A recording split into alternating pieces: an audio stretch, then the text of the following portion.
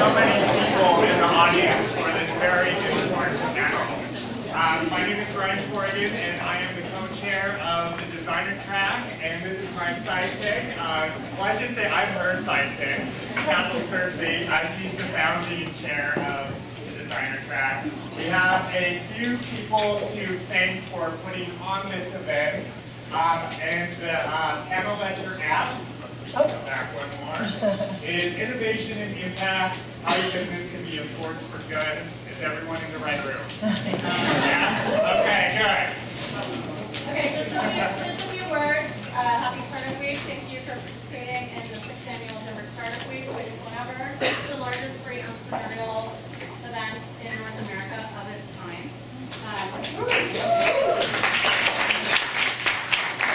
Because of our sponsors, so we definitely want to thank them. So title sponsors, Meeting 2.0, Great for Business, Comcast, Downtown Denver Partnership, WeWork, and our lovely track sponsor, Herman Miller. Sitting on their furniture, you're in their official dealer space, workplace resource. Their furniture's down at Basecamp, so check that out. Also, we just want to say use hashtag Startup Week, post your experience on social media. And really want to thank these guys because they're volunteers too. They're putting their time back in the community. So we really appreciate everyone here. Yeah, so make sure that you're tweeting during this. We want to trend, right? So I think we have enough people in this room to do that. So let's make it happen. All right, awesome. Thank you guys. I love it. Welcome. Thank you all for being here, and thank you for being a part of Denver Startup Week. Thanks to the Denver Startup Week team. This is really an amazing event. How many of you have been to other events at Denver Startup Week this week? Awesome. Yeah, it's going to be an incredible, and has been an incredible week. I want to get a sense of who's in the audience before we leap in. So how many of you are entrepreneurs or aspiring entrepreneurs since it's Startup Week? Awesome. How many of you are investors? Attorneys? Don't be shy, don't be shy. How many of you are B Corps or public benefit corporations? Awesome. Awesome. Well, of course. Okay. By the way, everyone on the panel is a certified B Corporation. How many of you are new to what the B Corporation community is? Okay, fantastic. And lastly, how many students? Okay, anybody I missed? Any big categories? Government officials? Developers, okay. Other. How many others? Oh, an amazing panel for you today. A rock star group of people. And I just want to say up front that this is a panel that has so much wisdom to share. And I realized on the drive down here that this is not necessarily reflective of the diversity of the startup community in Colorado. And I apologize for that. Next year we will seek to do better. And I will say that within the B Corp community and social enterprise, there's a lot of diversity. So there's some up here, not a lot. So we're going to take just a few minutes and have the panelists introduce themselves and share what they're passionate about, kind of what makes them tick, a little bit about their companies and the kinds of things that they're working on, and why innovation and impact are at your core, both your core as a person and within your businesses. I'll start. Thanks, Kim.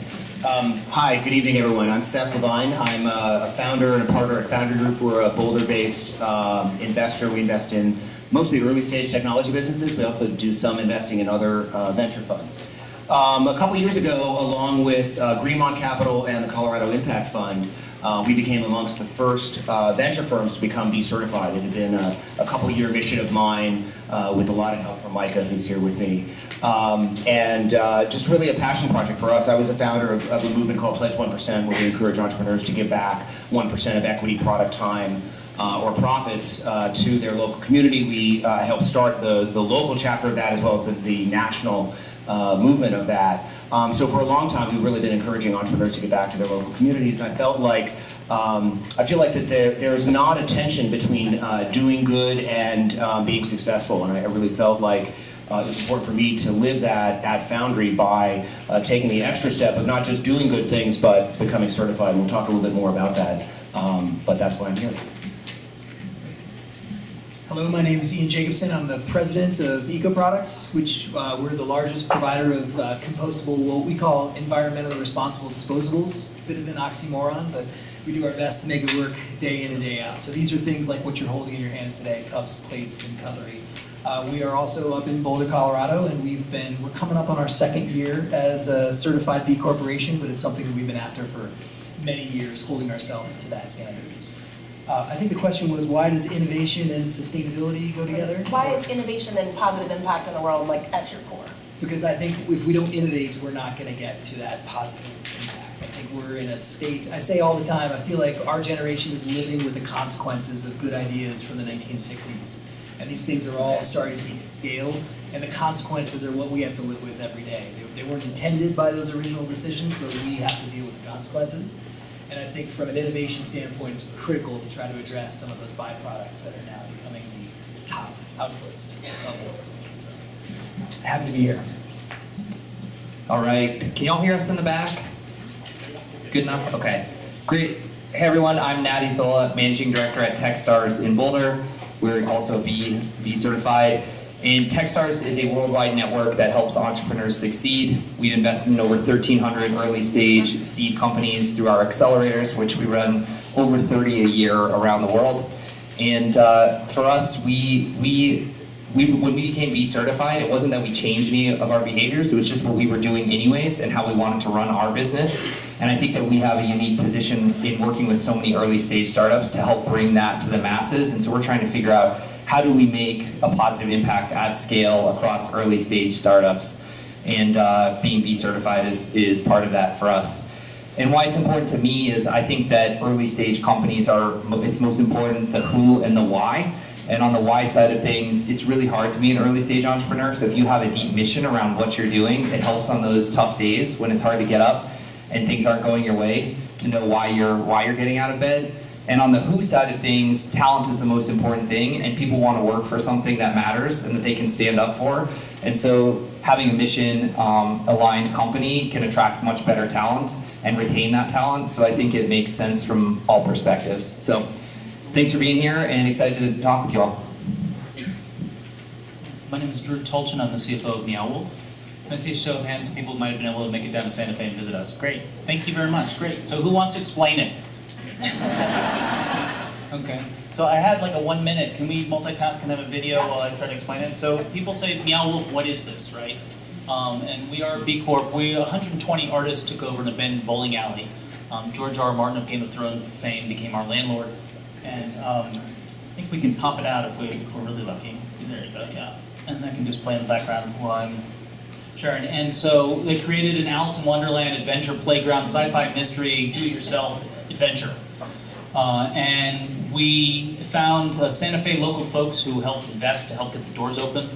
We're currently doing pretty well. We've had 400,000 people visit us in the last year, and that's led to $9 million in revenues and allowed us to do amazing things we never thought possible. We have a gift shop where we've had more than 60 artists represented, American-made products, and that's sold more than $1 million in goods in the last year. And so with that amazing explosion, we started to ask ourselves, what's next? And what we did is we wanted to be able to take what we're doing in Santa Fe and bring it to other communities. So where we have our headquarters, we just purchased an old warehouse as a manufacturing facility in Santa Fe. And so our headquarters are going to be there. And we're looking at new cities. We've had a great reception to Denver, so thank you very much. Denver Startup Week has been fantastic for us. And we've been talking to developers and being able to find a solution, and fingers crossed we'll be able to share more soon. And being a B Corp has been very valuable to us because artists often end up getting the short end of the stick. It's like, why don't you show your work for free, and then if someone wants to buy it, then you can get a commission or something like that. Or hey, we'll pay you on the back end if we end up with enough money. And so we have hired artists on salary. We say, we want you to create, that's your job, that's what you're going to do. And by doing that and having 100 folks come together to create and be creative together, amazing things can happen that we didn't think was possible. And that's the impact that we're talking about. And with that, we're able to connect with the community, find blighted, awful properties, and bring life and make them community spaces that people want to be in and that people in the community can then share with. So that's really valuable for us. And then I think I'll answer other questions later. So thank you and appreciate being here, and thanks Denver.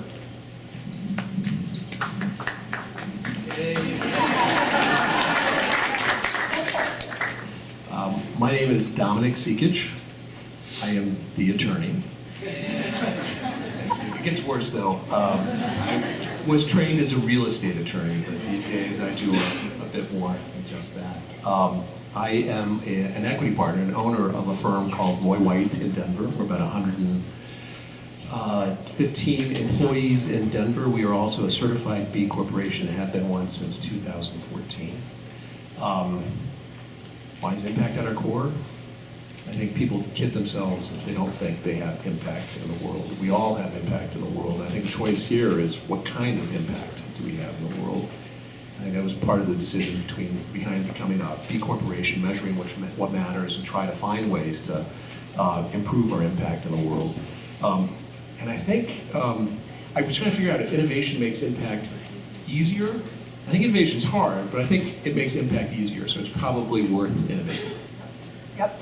I like to say that innovation and impact go together like peas and carrots or peanut butter and jelly. As you can hear, there's an incredible amount of positive impact that these folks are up to through the businesses that they are running and are a part of. So I want to share with you really quickly what our plan is for the next hour and a half, hour and 10 minutes. We're going to spend a little bit of time. I'm going to give some framing around what the B Corp movement is, so that you can be anchored in like what's happening globally. And then we're going to pepper these guys with some kind of nuanced questions, so we can start unpacking what this is all about, and you can start thinking about in your business and your life as an entrepreneur how you can start folding positive social and environmental impact into what you do. I'm Kim Kupinis. I'm with the nonprofit, the global nonprofit B Lab. I'm one of a handful of directors within the organization. And I joined the organization in 2014, having been an entrepreneur for about 15, almost 20 years before that. My husband and I were the founders of a company called Go Light, which was an outdoor and apparel company that no longer exists. Its successor company, My Trail, is doing well and growing fast. There's a My Trail store up in Boulder. So being an entrepreneur and understanding the risks and all of the things that you deal with as entrepreneurs is kind of near and dear to who I am. But I also am someone who cares deeply about companies using their businesses, of course, for good, and it was a very important part of what Go Light was all about. So I'm going to share with you a little bit about what's happening globally, and I think you heard through these amazing leaders that there really is an historic global shift happening, and what is really at the essence of that is individuals, investors, consumers, all the people that are in the marketplace are wanting to align their purchases, their investments, their employment decisions with their personal values. And B Lab is trying to amplify that trend. It's a global nonprofit, and our vision is that all companies one day will not just compete to be the best in the world, because that's kind of at the heart of capitalism, but to be the best for the world, to be the best for their communities, to be the best for the environment. And we hope that through the work that we do with global partners all around the world, that one day we can achieve shared and durable prosperity, an inclusive economy for all people. So this is nothing short of the evolution of capitalism. I think it's looking back over the last 100 years where we were talking about shareholder-based corporations maximizing shareholder profit, often at the expense of other key stakeholders. We talk about externalities. Companies would take the bad things that they do and externalize them and pretend like they weren't doing them. Sometimes they have to pay tax on them or whatever, but what we're talking about is stakeholder-based capitalism, where people can walk and chew gum at the same time. They can create really valuable, high-growth, profitable, healthy, great culture companies while they are taking good care of their key stakeholders. So B Lab has been thinking about this work in a very structured, systematic way, because we're trying to change a system. You can't change a system unless you attack that system or go after fixing that system in very systematic ways. One of the first things we've been doing is building this community of certified B corporations, leaders that are really demonstrating to the world. They're serving as beacons for other companies of how it can be done. You can be successful and do well and do good at the same time. Next is to make tools available to companies so that it's easier for them to get on that journey.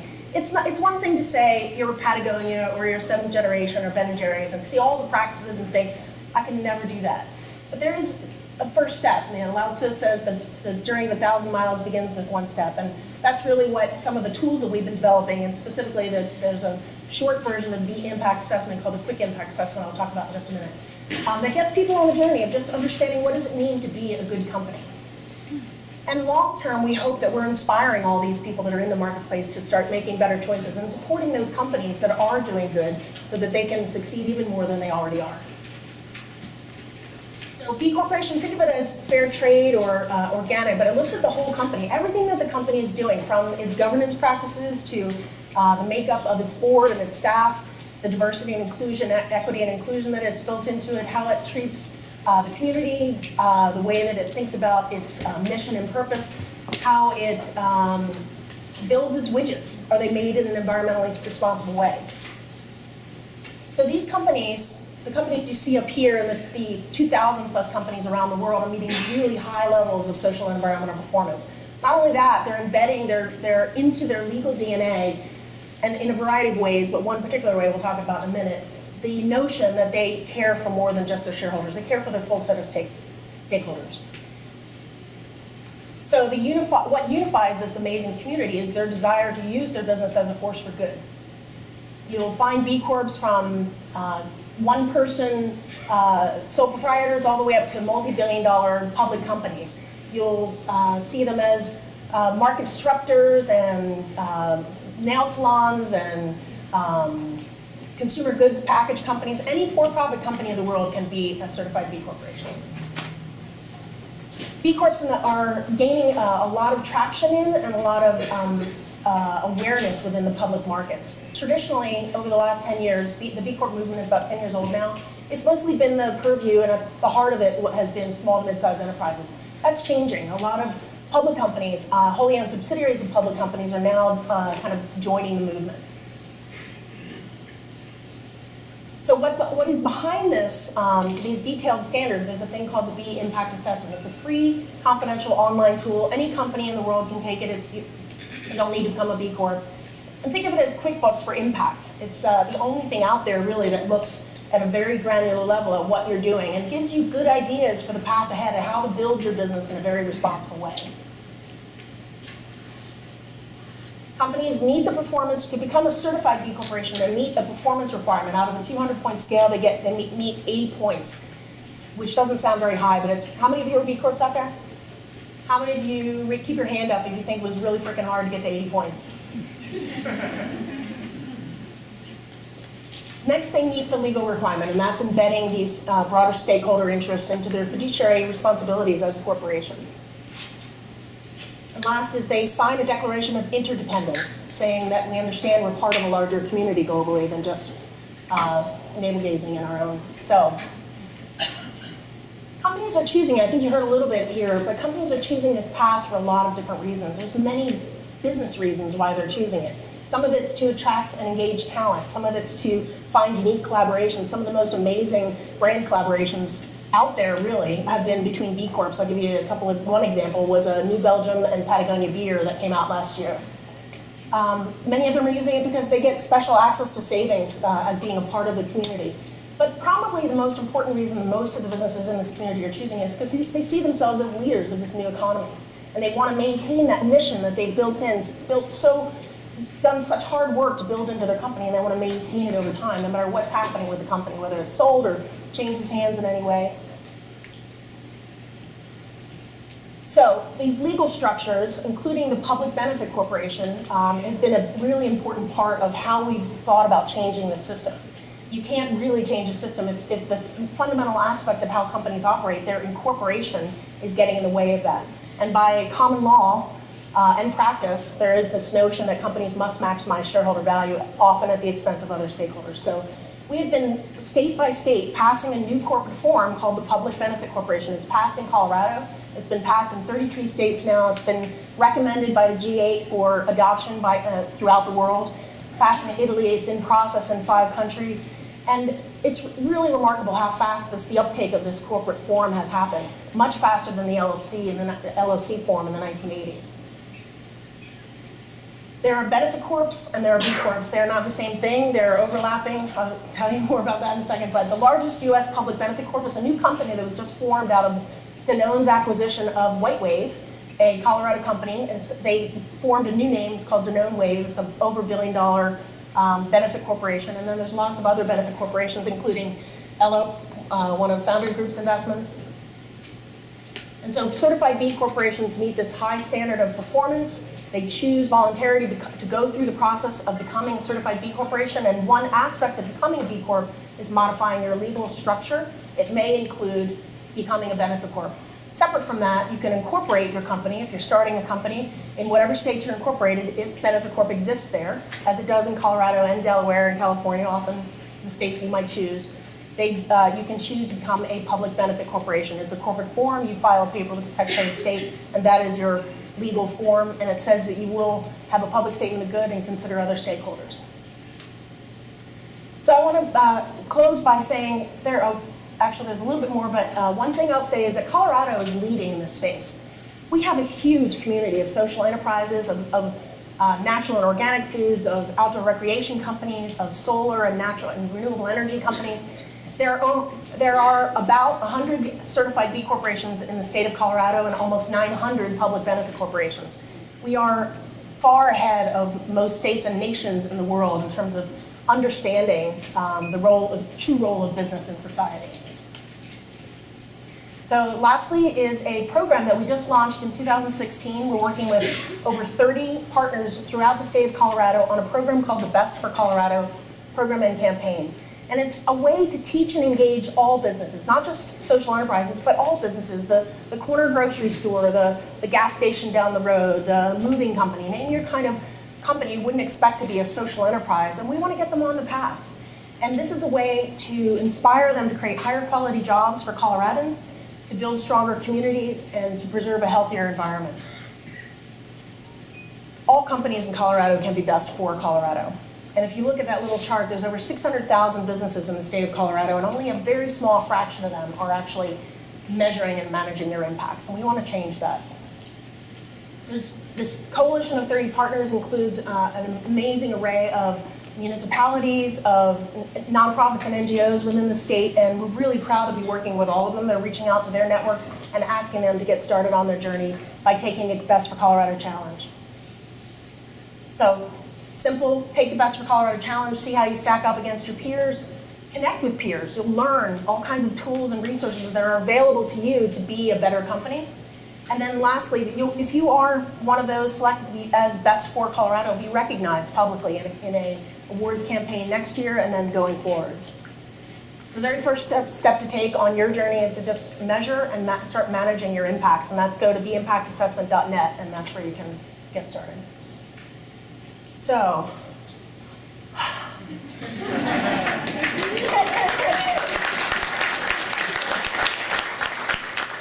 I'm gonna, how are we doing on time? Awesome. So we're gonna leap into a panel discussion, and I'm gonna start out with Ian right here to my left. And we're gonna focus on building a good and a great company. Because eco products, how many of you have used an eco product? Right? They show up, and you see them at all the events. Any event that tries to be zero waste is using their beautiful compostable products. So, Ian, you've been at this for a long time, and I'd love to hear you talk about what should entrepreneurs be thinking about in terms of the impacts in their business. Is there a benefit to building an impact focus? How does it affect your performance in the marketplace? Talk about it maybe in the context of how eco products views it. Sure. Well, we began by measuring ourselves, just believing it was important to have a third-party verified standard. It's one thing to say you're good, but it's actually not a lot of value to talk about yourself in great first-person prose, right? It's better if someone else can speak highly of you. And we're in a packaging... Awesome. Oh, thanks.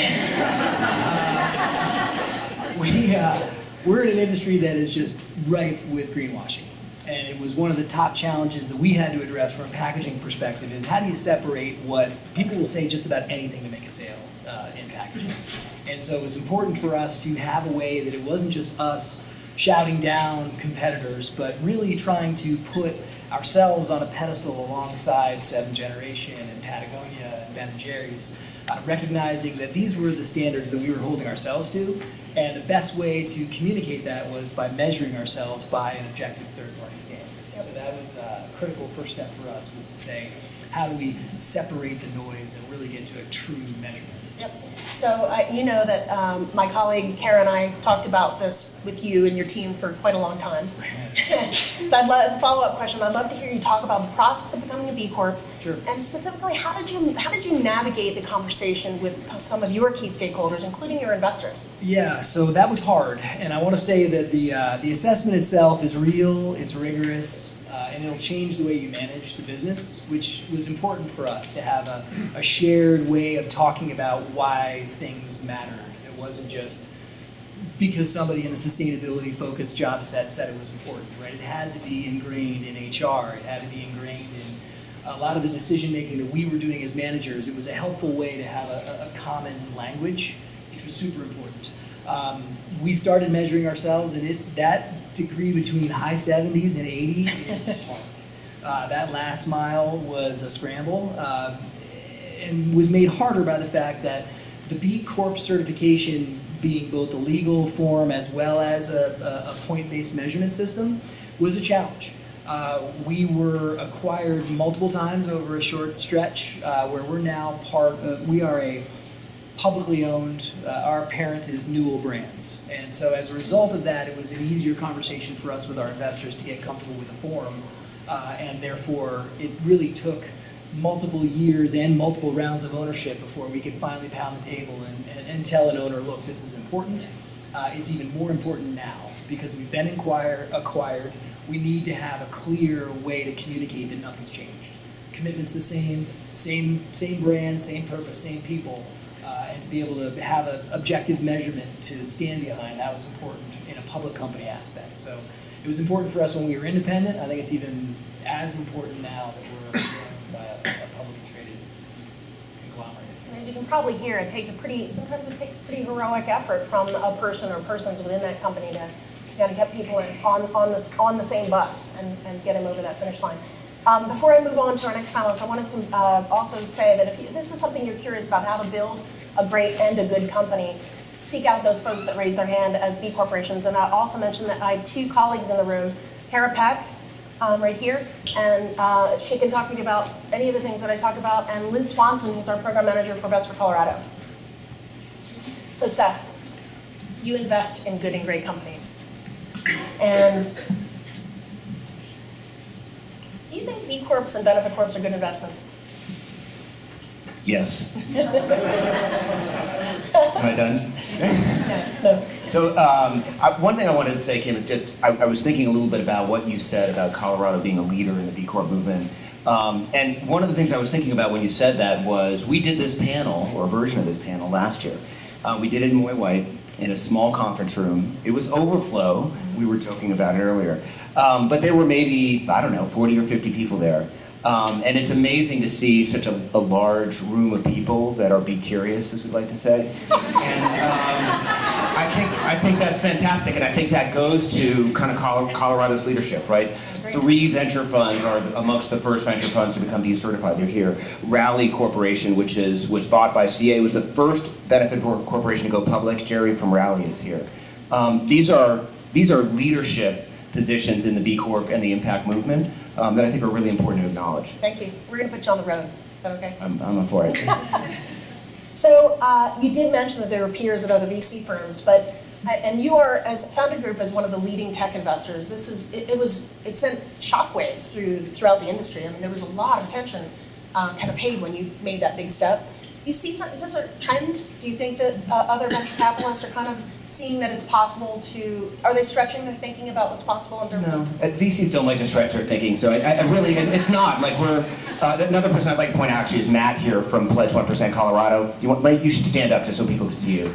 A really good way to get some points in the B Corp assessment is to join Pledge. It's also a really good thing to do for our community. We have over 100 companies in Colorado that are members of Pledge. The national Pledge movement essentially started here. Ryan Martins from Rally and me teamed up with Mark Benioff from Salesforce and Scott Farquhar from Atlassian and formed the national version of it. We've given back over $5 million, Matt's going to correct me if that's wrong, more, $6 million to local charities, which is great. And the reason I answered my question to you the way that I did is because I'm out there trying to convince venture firms. Foundry joined Pledge 1%, not just as a founder, but we also pledged a portion of our carried interest, or basically our profits, to local charities. And I've been trying to recruit my peers to do the same thing, and they think we're nuts. Like, they don't understand why we're basically giving money away. And these aren't ungenerous people. They just don't think about ingraining it into their business practices. So I think it's a bummer, but I strongly believe in what I believe is not very radical notion that it's not a tension between, or there shouldn't be a tension between doing good and doing well. And I think that perhaps the better way to think about it is we build better businesses when they're purpose-driven, right? When they're mission-driven. And in fact, perhaps it's better to be investing in mission-driven businesses. And one way that you can exemplify a mission that's important to you as a business is by becoming B certified. So I think those things go hand in hand. And I think about some of the great investments that we've made. Predecessor fund, but Rally, our former fund, was a investor in Rally, in the work that we're doing with Ello, in Moz in Seattle, that was an early B Corp. These are great companies that are doing really well as businesses. Yep. And I would say that it'd be easy to see you, Foundry Group, and Greenmont Capital, and Colorado Impact Fund as kind of a curiosity, but I do think there is something happening here. We've seen globally and nationally traditional investors like Andreessen Horowitz and KKR actively seeking out and investing in certified B Corps and benefit corps. You know that all too well, right, Ian? Yep. So I want to turn to Natty at Techstars, and I'd love to hear about your journey. Not only how impact is woven into all the things that Techstars is doing globally through all of your affiliates around the world, but why you chose the path to B Corp certification.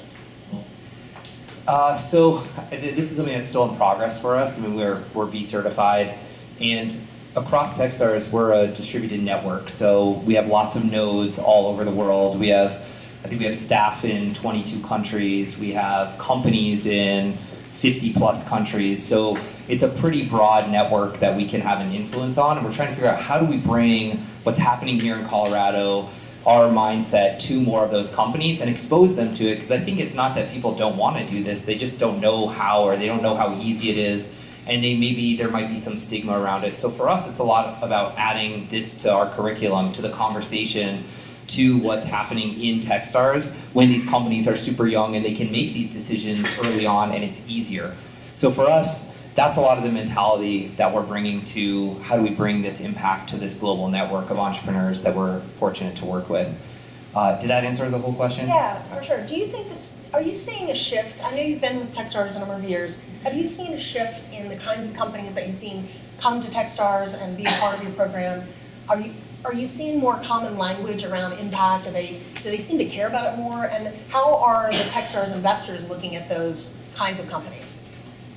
I can definitely share from my point of view, which is through the Techstars Boulder Accelerator. And for us, this has become a key cornerstone for us. Actually, our publicly stated goal is that half of the companies that go through Techstars Boulder have a formal way of giving back, whether it's being Pledge 1%, B Corporation, a foundation internally that they've set up. So for us, that's a huge goal. And when we're looking at founders, we're looking to see why are what are you doing to give back? Because that shows to us that you're committed to building something great and you're the type of person that we want to work with. So I can say on the micro scale of Techstars in Boulder, I think we're on the cutting edge of this. All of the other nodes across Techstars are doing this in their own ways.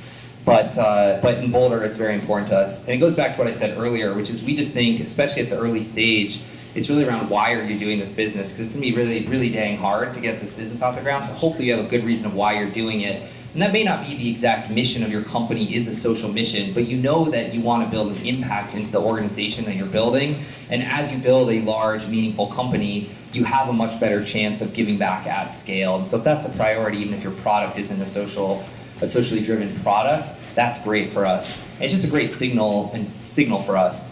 And then we, like I said earlier, around recruiting talent, I mean, it's really hard to get people to work for your company. And if you can find something that people can align with and join your mission, you're going to retain great talent. You're going to get people who want to work harder. It's just going to pay a lot of dividends day to day in the company. So, and we see that across the whole portfolio. Love it. Tell me about, just before we pass on to the next panelist, tell me about what the process was like for Techstars itself as a company to go through this. And how do you think it's going to change how Techstars shows up in the world in the future because you went through the rigorous B Corp process? I wasn't a part of the process, so I don't have firsthand knowledge. But before I knew, I was just like, I'm sure you're going to ask this. So I checked in with the team that did the process.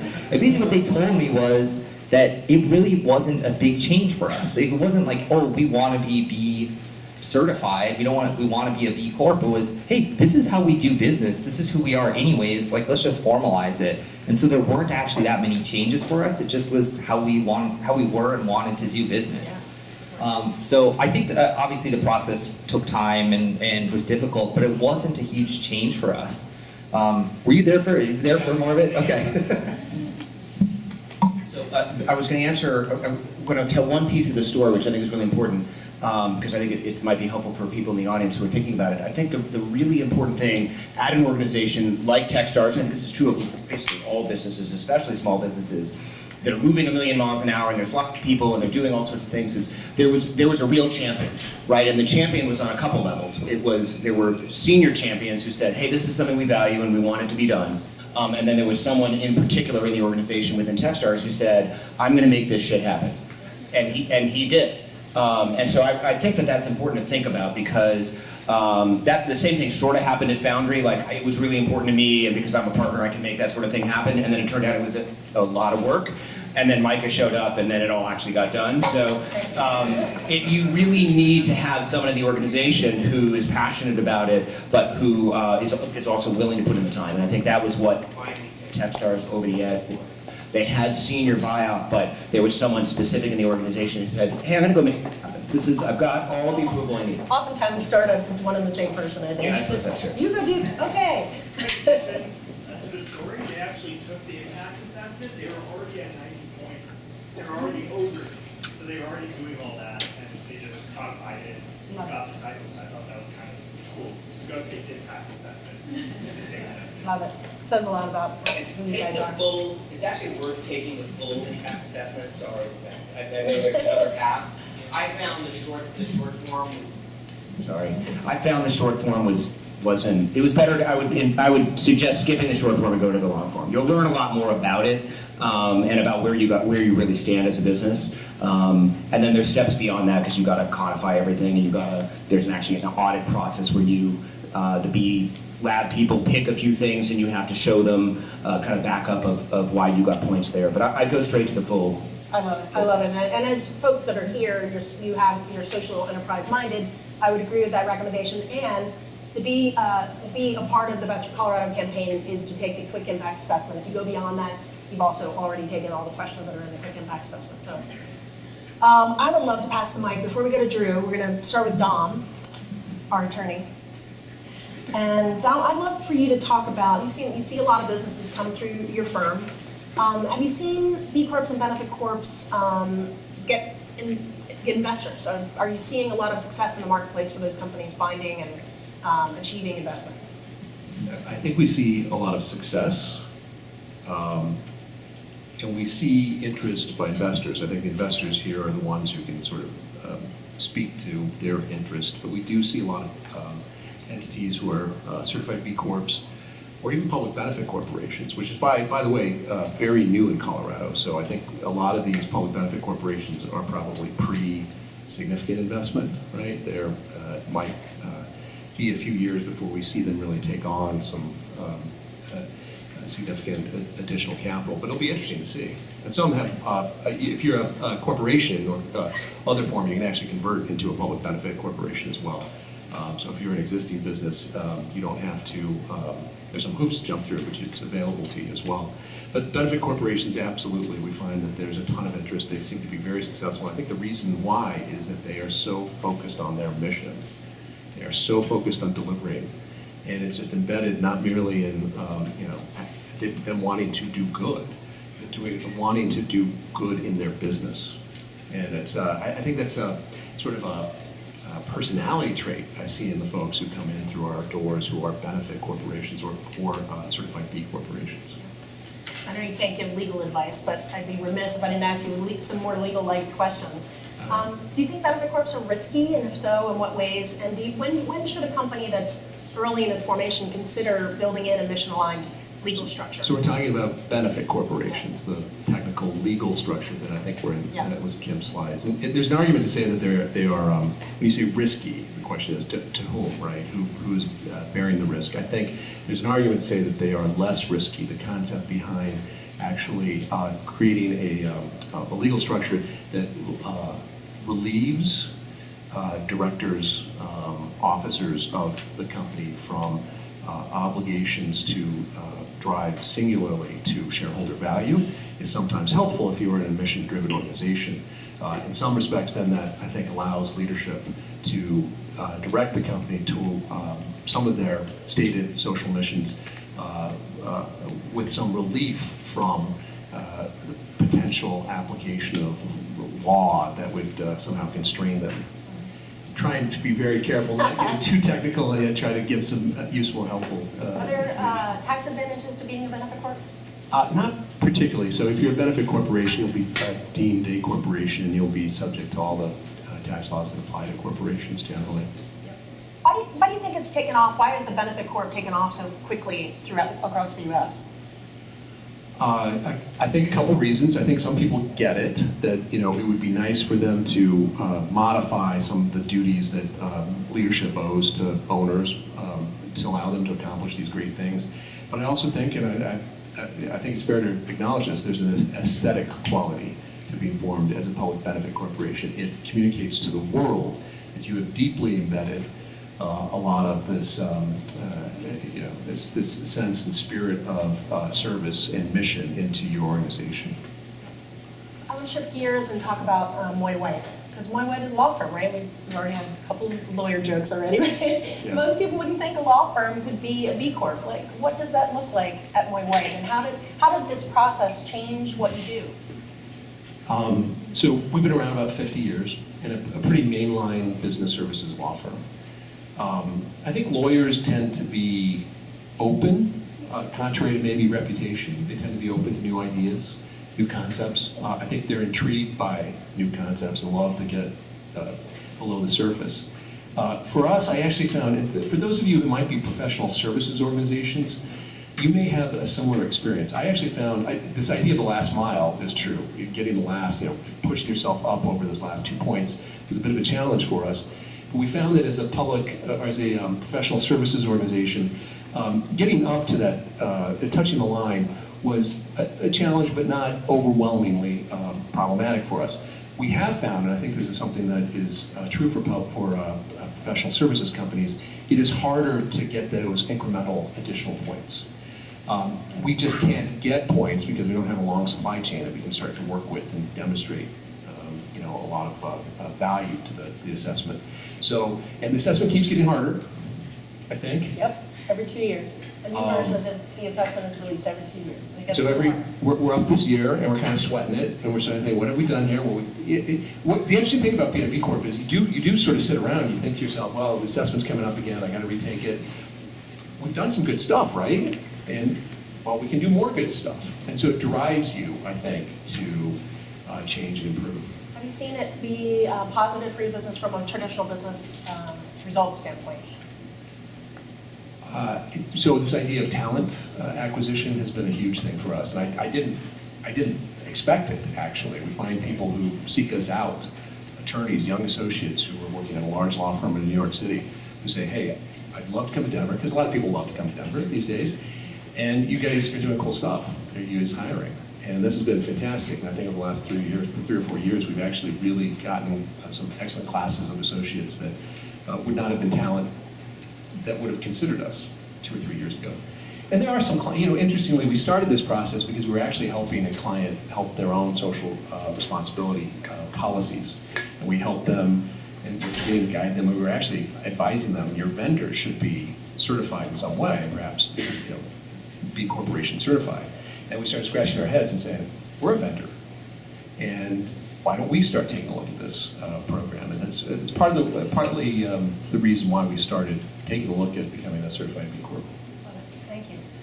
So I think you heard from our two kind of traditional companies, not Techstars, not Foundry Group, and not the law firm, from Eco Products, and you'll hear from Meow Wolf. I think you can see that they have thought about their businesses in terms of the positive impacts that they have from the very get-go. Eco Products is all about compostable products and reducing environmental impact.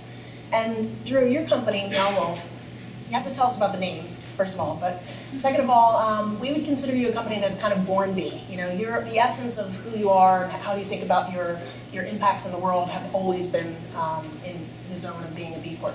And I know you from the very beginning incorporated as a benefit corp.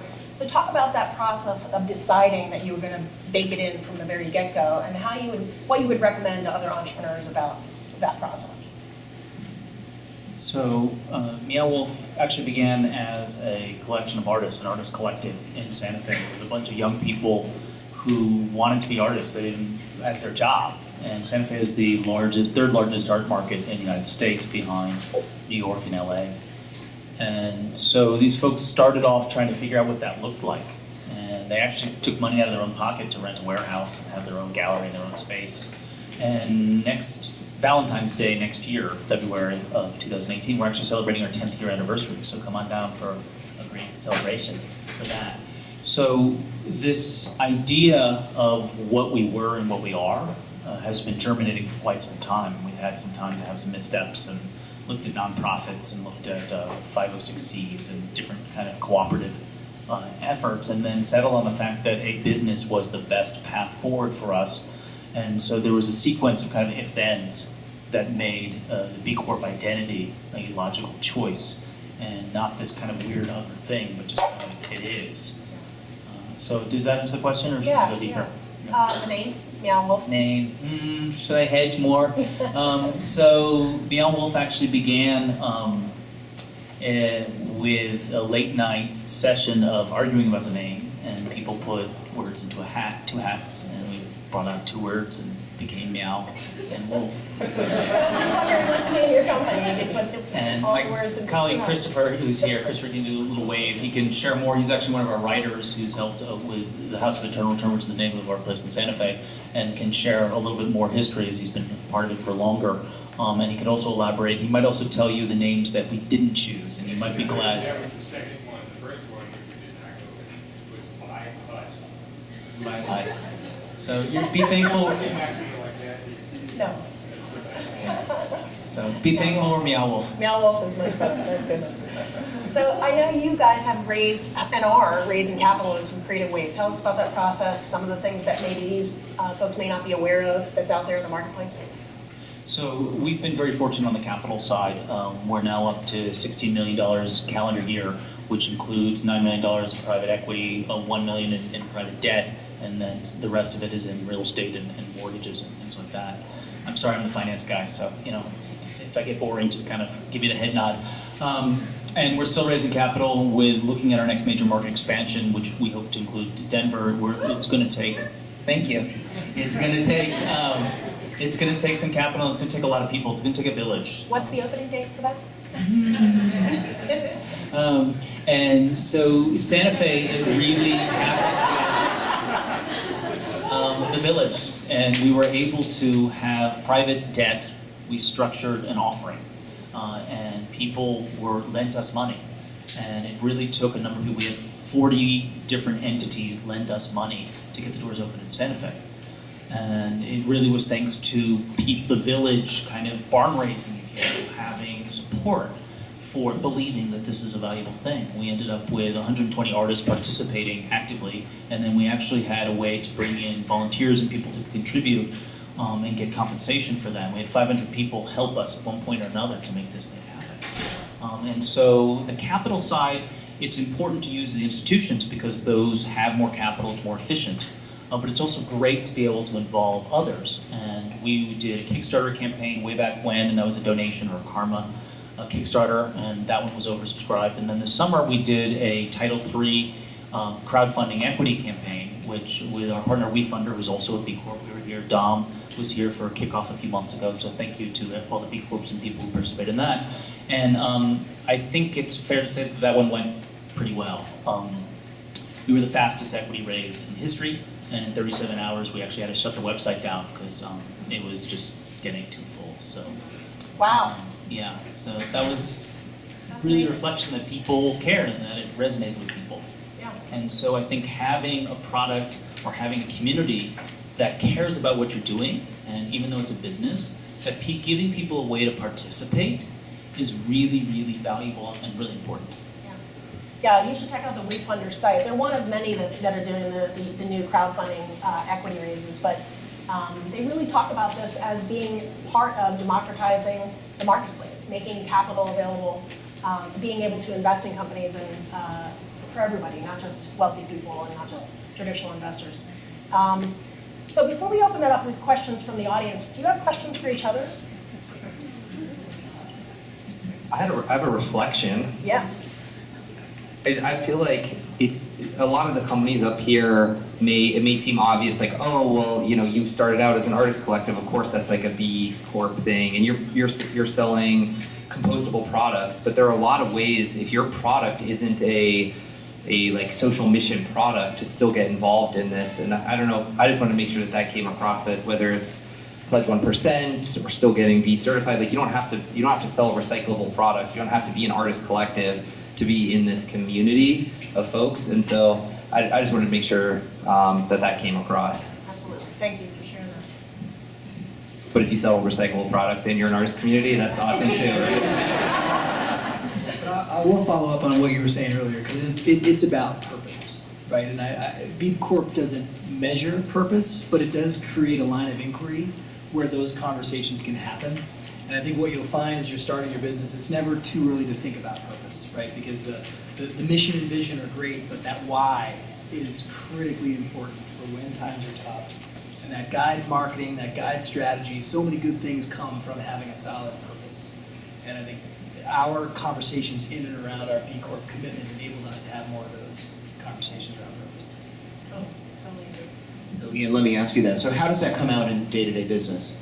Like when you're recruiting for a new position, or when you're up at a company meeting, like does everyone at the company know that you're B certified and what that means and what you went through? How do you make sure that your whole organization sort of understands that impact is important to you beyond just the fact that you're producing a product that is? But there's so much more to as Natty pointed out, so much more to being B certified than just doing a product or producing a product that's for good.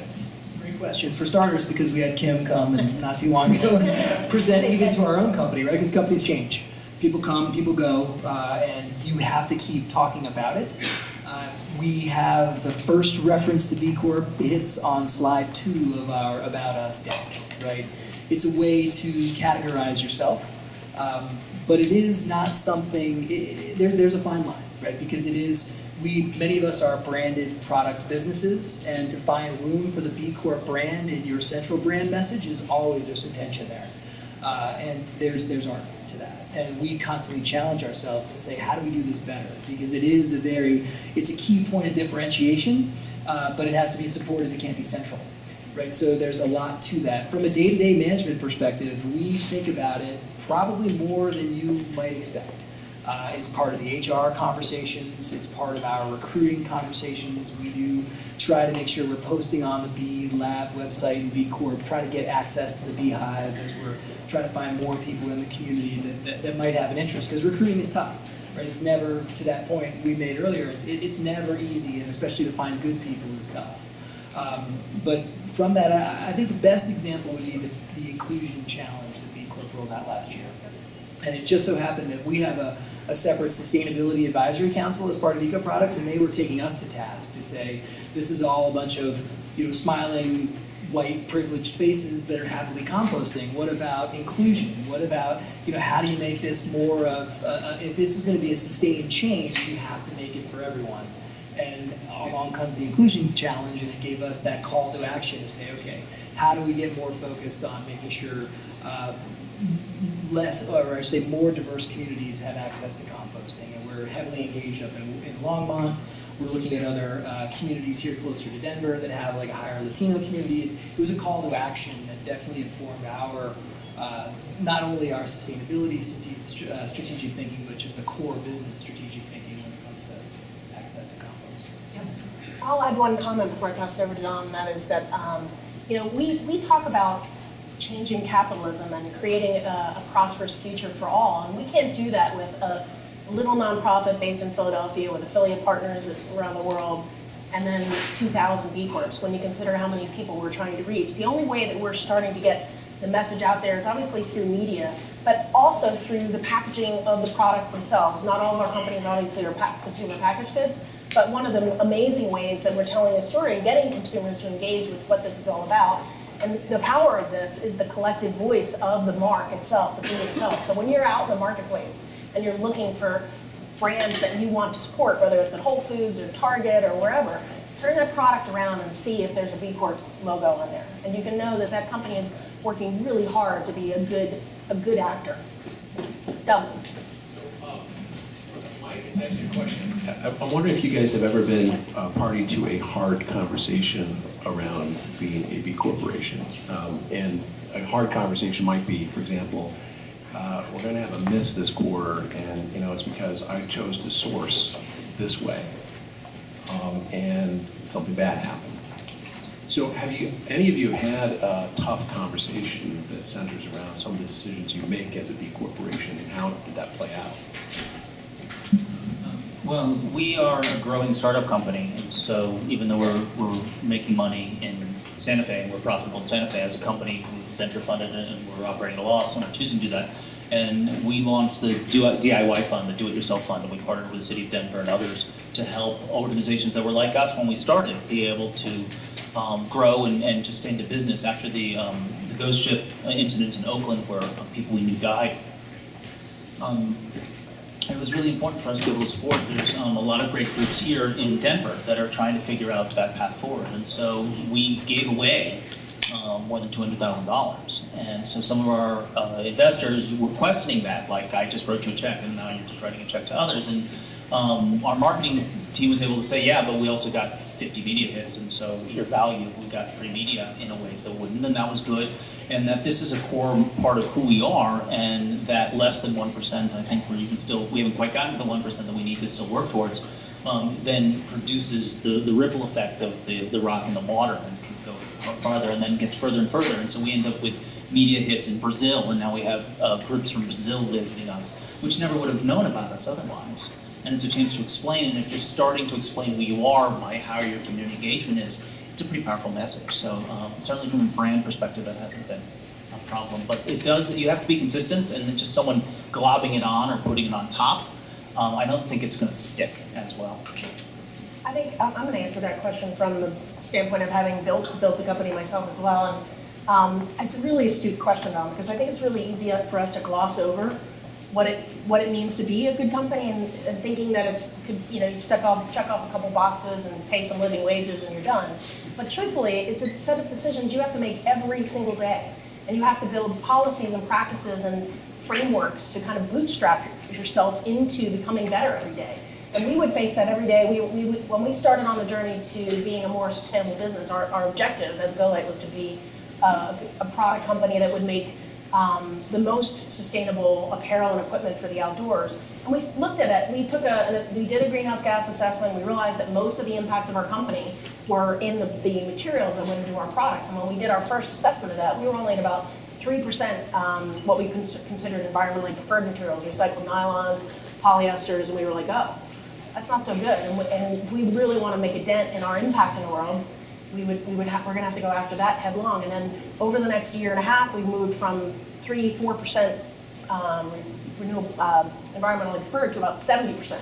And we did that one by one. Every single product got scrutinized. What's out there in the marketplace that we can swap this material out for? And a lot of times we had to make the decision in the opposite way, because there was a material available for that backpack that would make it strong enough to carry in the uses that it was made for, but it would have made the product 4 times more expensive, so we'd have to say no to that one. Those decisions are really hard, because you want to do the right thing. And I'd say, for you as entrepreneurs, this is a long journey. You're not going to be perfect overnight. There's going to be decisions you're going to make that you're not proud of, but are you moving in the right direction? So let's open it up. What questions does the audience? Yes, sir. Yeah, let's do that. Not on. Hey, my name is Mike Davies. I'm with the Denver Green Forum. It's a sustainability panel. My question was going to be about cost, but I think you guys kind of answered some of that just now. My other question, how much time do you or your organization spend and how much money do you spend sort of educating the public on what it is that you're doing and why the choices you make, like making your stuff in the gift shop manufactured here in America, is important? Are you direct? Do you want to direct the question at anybody?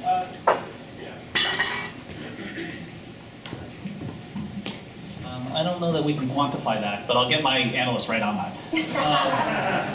I think, well, one shameless plug with a thought about kind of connecting what you're saying about how do we express it and how much does it cost and then how do we get this done and take some time is get a student, you know? Like there's such great universities here. Let's get an MBA, or if you're a smaller entity, get a college kid to put some time on this stuff.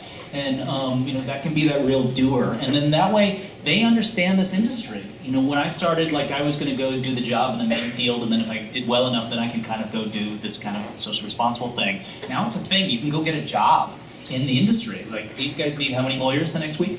20. Okay. So, you know, so that it's integral to part of it. And I think that, again, for us, we may be a little different, so I'd love to hear other views, but I think if you are just consistent, then you're not having to make an excuse or do something like that. Like, we're a group of artists who are in Santa Fe, in one of the poorest states in the nation. We want to make art and sell art.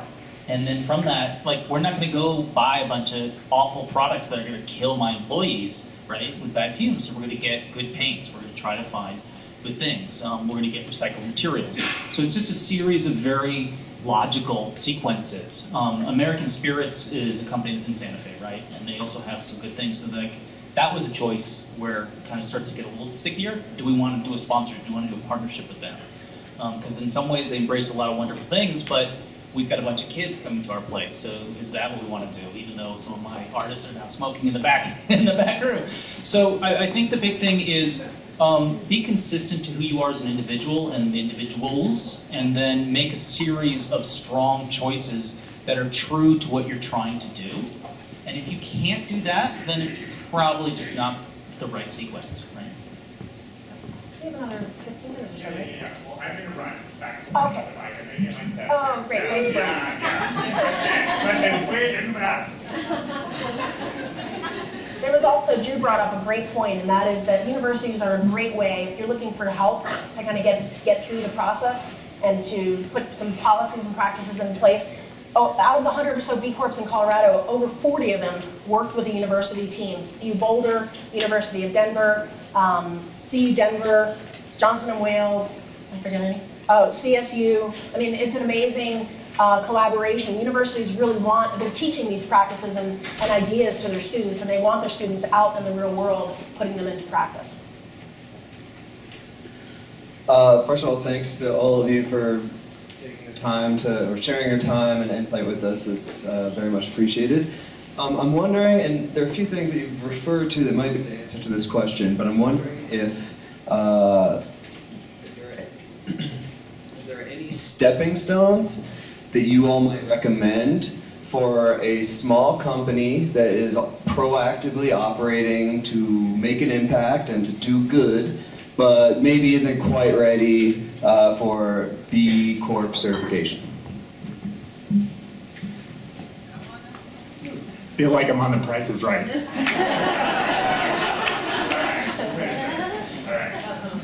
Yeah, so my advice would be take the assessment, right? Because the act of, obviously the first step to almost anything is to measure what you're currently doing. And certainly what I found, I actually took the assessment myself and clicked through it. It was really thought-provoking, and there's lots and lots of ways, even if you didn't want to go through the process of actually becoming decertified, it'll spur your thinking around all sorts of things, right? I mean, I think about what things we source, and I was almost going to basically skip that section and be like, well, I mean, like venture capital, what do we source? Capital, we source companies. Well, but it turns out we actually source all these other things because we have to print things out every once in a while, even though we don't like to. So we have to buy paper, and I'd never thought about it. Like, why? That's not the kind of thing I care about, or that I was involved in. Is a better way of saying it. And so I was able to look at where do we buy the stuff that stocks our kitchen that the partners and all of the people that work for Founders, we've got about 20 people there, eat. Where are we sourcing that from? Where do we source our paper from? Where do we source all of the other materials that we send out? When we send out communications to our investors, are we sending them out on paper, or are we sending them out electronically in every case that we can? All sorts of crazy little things like that that made me think about the vendors to our business differently. And just taking the assessment was actually the first step towards that. And there were a couple of other things where there were questions about some of our business practices, and I was like, oh yeah, we totally do that. And then I went to our employee handbook, and I realized, well, we had never codified it. And there were probably 10 things that we did that are incredibly important to me around benefits and how we treat our employees, all these sorts of things that we just literally had never put down on a piece of paper. And you know what, that's wrong. We needed to, and we did as part of the process. So even if you didn't get certified, I think taking the test will give you a lot of great ideas. One thing I wanted to say was, there's no commitment. You start you go onto the website, you start the assessment. I think you put your name in and maybe a few other details. You don't, maybe all that important stuff. But you don't pay anything, right? Initially, I don't think. You take the assessment. You can start and stop at any time, page through it. So it really isn't a huge, taking the assessment itself takes a commitment of some time, but you can manage it. Trust me, you can manage it. That's the first step. I think Seth's points are really spot on, and that as you're starting your business and building out the framework for what you want this to be in the world, being aware of all those practices that are considered best in class, you can decide what is important to you. Every B Corp and every social enterprise has a special flavor. Not all of them are truly great, world class at all the aspects of being a sustainable business. And Patagonia, for example, they went through the B Corp process. They were light years ahead of other companies on the environmental front. They thought through it really carefully for 30 years. They weren't as strong on the employment practices front, and they found that process really valuable for them to scrutinize, like, where are we missing here? It's not okay that we're scoring there compared to these other companies, and it helped them kind of chart their course ahead.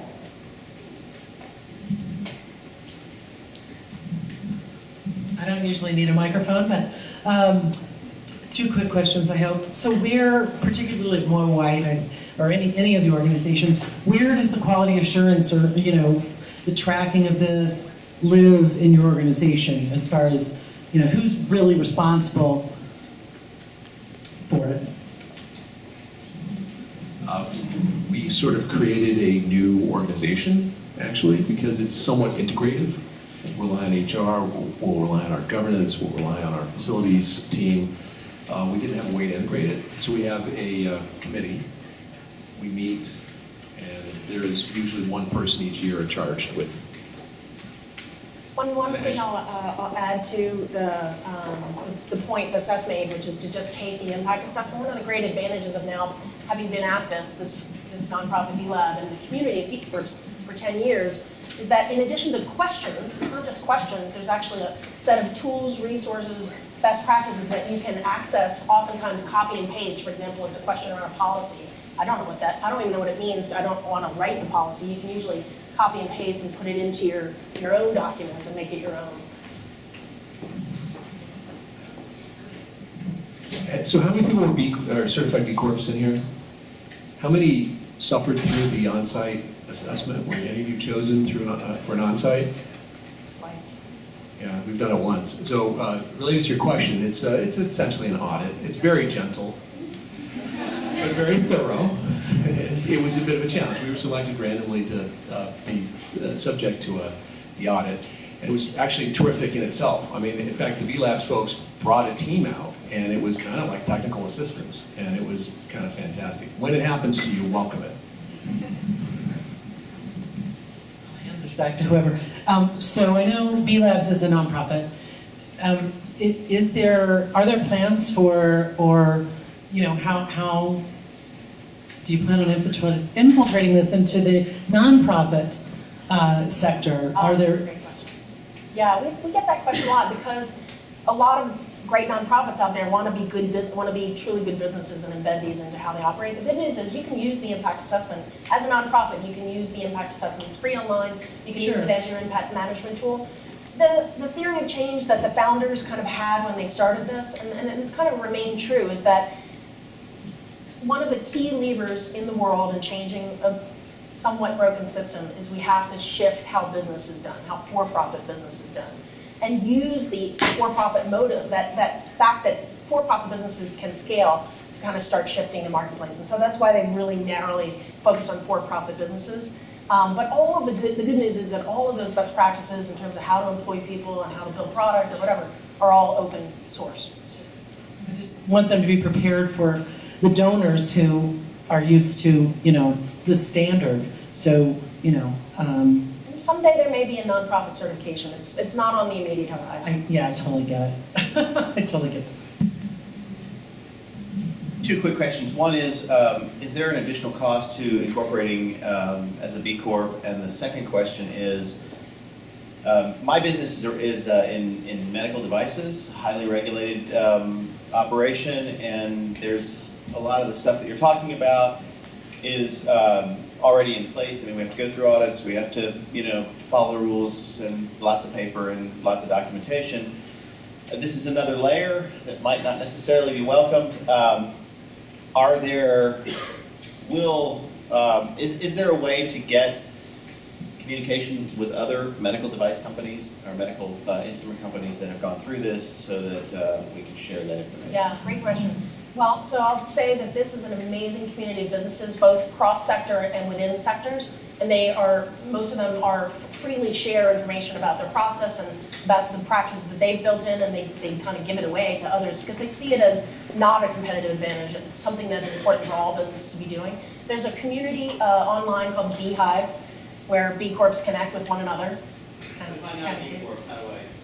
Get into that community? Oh, and if you get access to that information? You can't get into the Beehive until you're a B Corp, but you can reach out. You can go online, bcorporation.net, and look for medical devices or medical. There's a list. You can find all the B Corps there, and then you can reach out to them and say, hey, we're in this process. You can also reach out to us, and we can make an introduction to those companies.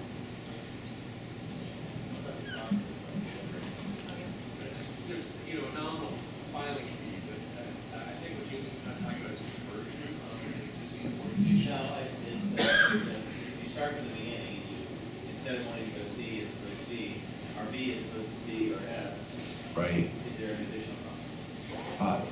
There possibly a slight incremental cost in addition to the work you might be doing to incorporate anyway. About slight incremental. Well, you can do it yourself. You can go online and you can pay. I honestly don't know what the filing fee is. $75. So. And on the certified front, there is a fee. Most certifications, whether it's organic or lead certification, require an annual certification fee, and it's graded by revenue. It starts at 500, and for billion plus, it goes all the way up to 50,000 a year, depending on the size of your company. And that's to pay for the maintenance and the building of this global standard. I will say, though, that as a nonprofit, over 70% of the revenues of B-Lab behind this come from philanthropy, come from the Rockefeller Foundation, and CERDNA, and those kinds of foundations. Kim, doesn't Best for Colorado have a mentor program going on right now? Yes, actually, I would love to pass the microphone to my colleague here. Can you repeat the question? Doesn't Best for Colorado have a mentor program, so for someone looking to go through the process a little bit more hands-on? Yep, the mentor program. Yep, so we are working on engaging our amazing B Corp community here in Colorado to help companies who are interested in going on this path get started. And back to the question of getting started, Best for Colorado is another great option for those who might just be a little overwhelmed by the full assessment. And one option through our program, if you come through Best for Colorado, is getting connected to a local B Corp mentor who can also help you go through the full B Impact assessment once you're ready for that step. So if you want to know more about Best for Colorado or the mentor program, there's flyers up here. Please come talk to me or any one of us at B-Lab. There are so many B Corps in the room. There's so much wisdom. Does any of the B Corps have any reflections they want to share? On previous B Corps, Jerry? So I'm going to go for it.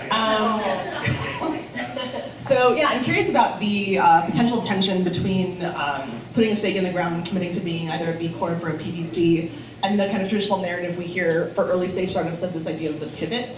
And it strikes me that, you know, as you're kind of changing and adapting to the market for core elements of your business, that so too might the way that your business can best make a positive impact.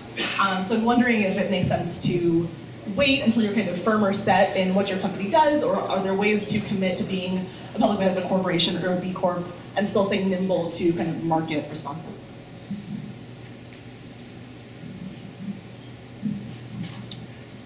From my perspective, usually pivots mean like you have one foot planted and you're moving, and that foot that's planted is your mission. So it actually doesn't really matter. It tends to be the market, the product, the go-to-market that's changing, not the mission. So I don't see a disconnect there. If you end up completely leaping to something new, maybe there'd be a reason to change, but I still think that it's more about the DNA of what you want to give back to the community and the world than the product or market that you're going after. Pivot, don't lead. It's a great question, and I think we get this a lot also when we approach companies about joining Pledge, and there's sort of this like, the question is about the unknown, but there's sort of like, there's no time like the present, right? Like, why not put a stake in the ground now about things that are important to you from a, you know, like you know, you can cut your hair, but you're still the same person, right? Like, you know, you can pivot your business, but the foundational aspects of what you care about as a business, how you treat your employees, how you treat your vendors, and how you treat your stakeholders won't change. And I would argue really won't change whether you pivot, leap, coin a new natty term, or whatever.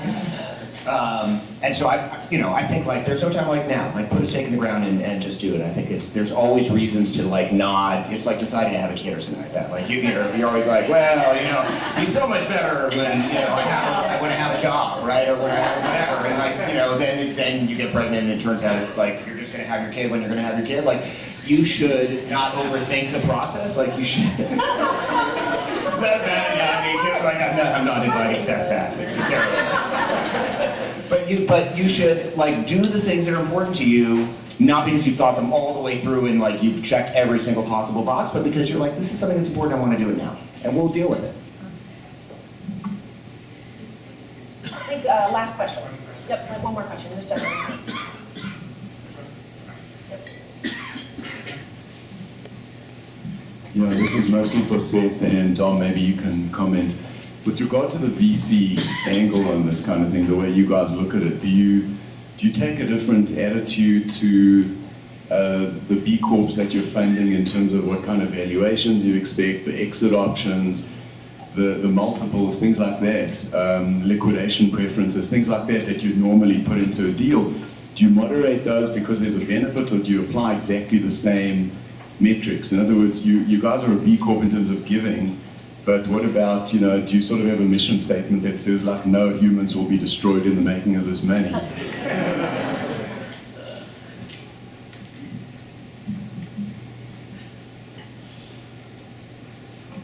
This is a great process because it gives me a second to think about what I'm going to say. A really good question like that. So the quick answer is absolutely not. Right? We hold every company that we invest in to the same standard, which is, and the reality is, you asked a question that sort of this is somewhat responsive to earlier, which is, what questions do you get from your stakeholders? And Foundry has investors, and they're, for the most part, large institutional investors, who I think, invested in us because they believe in our ability to pick good companies. And at the end of the day, we're only measured on, they give us a pile of money, we give them a bigger pile of money back. It is like pure capitalism in its absolute rawest form. And at the end of the day, they say they love things like the silly videos that we do, or they're interested in like, what is this B Corp thing? But then they ask us some questions about, well, wait a minute, what does that mean to the type of businesses that you invest in? We've been very public about our no assholes rule, and so we talk a lot about not wanting to invest in jerks, essentially. Our experience is that good people produce better outcomes in venture.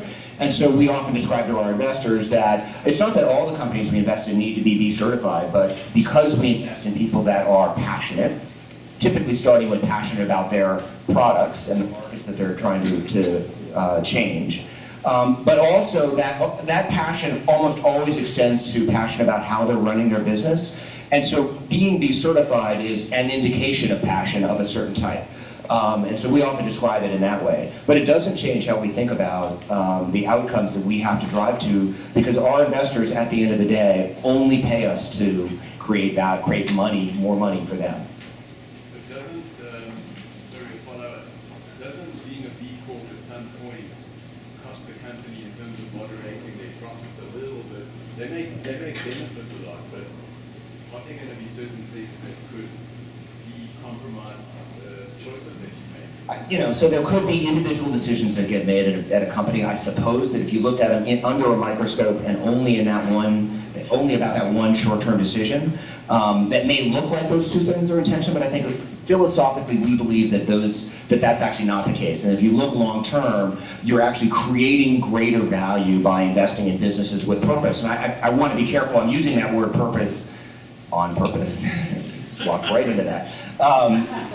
Because you don't have to be a B Corp, to this question in the back, right? Or to this question, right? Like, when's the right time? You don't have to be a B Corp to have purpose as a business. But we found that businesses with purpose end up doing better. And so I think that's how we think about it. And I think in the long term, and I am absolutely passionate about this, hopefully that's coming through, that I don't believe that there needs to be a tension between making money and building great businesses. For any kind of business. We have a B. I just want to add to that. Okay. That's okay. I can talk really loud. So it's really interesting. There's been a ton of studies in the public market measuring essentially ESG, which is a technical Wall Street measurement for positive impact and social responsibility. And there's a really strong correlation between actually outperformance of the indexes at this point. There was a meta-study done in 2016 that looked at 2,200 studies of how ESG affects public market performance. Could you stand up, please? We can't hear you. I'm sorry. In 2016, there was a meta research project on a 2,200 research project that looked at the correlation between sustainable, responsible investing in public markets and the stock market and actual financial performance. And it's unequivocal now that ESG creates outperformance in the public markets. To me, like, it's clear now, the data shows the question's over. And so I know that assessing a different flavor of risk than some of us who invest in public markets, but in general now, it's actually de-risking the business. And so I think from a capital return perspective now, we've got data that says it's unequivocally positive.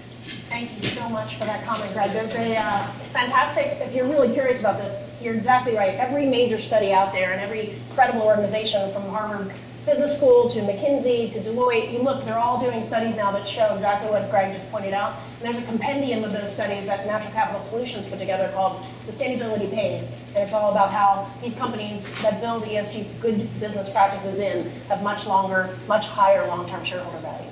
So I want to wrap and say that there is no better time for you to build a business that uses its business as a force for good, and there's no better place on the planet, I would argue, than Colorado to do it. Look at the community of leaders and mentors and people you can reach out to learn how to do that. And we give it up for Denver Startup Week and for our panel.